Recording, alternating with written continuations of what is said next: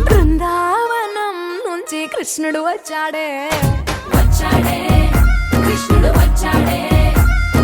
యమునా తీరాన ఉన్న రాధను చూశాడే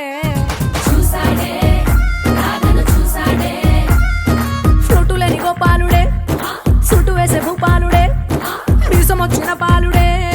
మాట వెంట పడిపోవుడే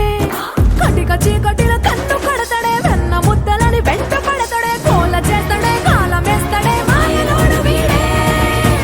హై బృందావనం నుంచి కృష్ణుడు వచ్చాడే